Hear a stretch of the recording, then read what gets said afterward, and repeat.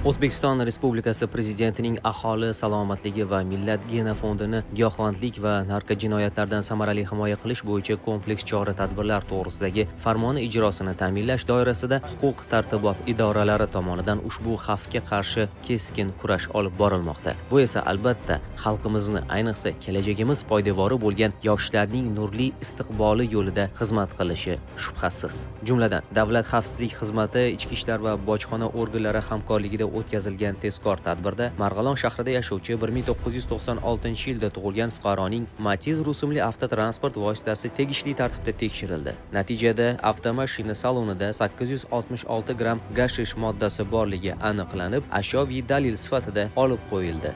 Boshimizda taqlagan narsa bormi? Qaysi tomon? Ko'rsating. Bitta ko'rsatilgan holdagi to'q jigarrang rangli, bir burchak ochiq holatda gashga olgan moddasiga o'xshash modda. Ma'lum bo'lishicha, gumonlanuvchi umr zavoli hisoblangan ushbu giyohvandlik vositasini kelgusida sotib, boylik orttirishni maqsad qilgan. Hozirda unga nisbatan Jinoyat kodeksining 25 orqali 273-moddasi 5-qismi bilan jinoyat ishi qo'zg'atilib, qamoq ehtiyot chorasi qo'llanildi. Tergov harakatlari olib borilmoqda.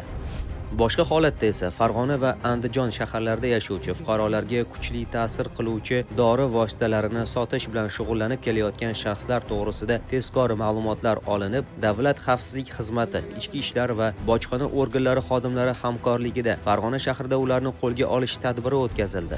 Oldindan kelishgan mast xaridorga RGP nomli tasarrufchi dori vositalariga o'xshash dorilarni bir o'tkazilgan vaqtda tadbir ishtirokchilari tomonidan to'xtatib olindi. Jumladan, Andijon viloyatining Qo'rg'on-Tepa tumanida yashovchi 2 nafar narkosavdogar Qirg'iz Respublikasidan kontrabanda qilingan 4508 dona Regapen kuchli ta'sir qiluvchi dori vositalarini xaridorga 12800 AQSh dollariga sotgan vaqtlarida qo'lga olindi. Kasetada 14 donadan Regapen 300 mg nomli kuchli ta'sir qiluvchi dori vositasiga o'xshash modda. Hozirda ularga nisbatan Jinoyat kodeksining 28 orqali 246-moddasi 1-qismi va 251 prim 1 moddasi 5-qismi bilan jinoyat ishi qo'zg'atilib, qamoq ehtiyot chorasi qo'llanildi. Tergov harakatlari olib borilmoqda. Ogoh bo'ling, giyohvandlik har qanday jamiyatning ijtimoiy-iqtisodiy taraqqiyoti yo'liga g'ov bo'lib, yoshlarning salomatligi, kelajagi, hayotiga rahna soladi. Ushbu illatga qarshi kurashish esa barchaning birdek burchi bo'lmog'i lozim.